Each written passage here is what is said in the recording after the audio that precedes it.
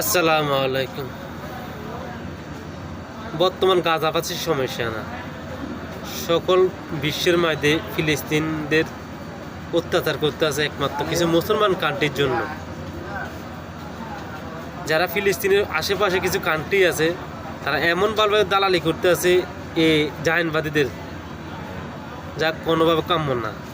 তো ওরা কিন্তু মুসলমান কান্ট্রি, মুসলমান সরকারও আছে, মুসলমান কান্ট্রিও, এটা কোনো ইহুদি কোনো কান্ট্রি না।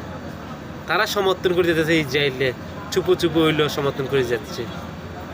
আর আমাদের বাইরে মরতে আছে, নির্বিচারে বোমা হামলা করতে আছে এই জায়নবাদীরা।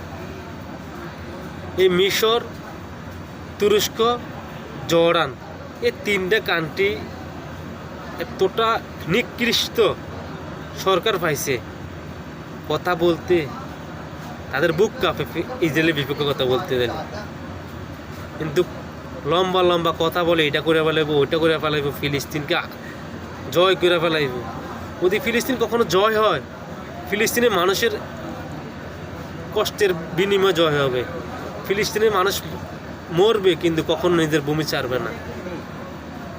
আর কোনো মুসলমান কান্ট্রির কোনো এখানে সুনাম হবে না, একমাত্র ফিলিস্তিনে হবে।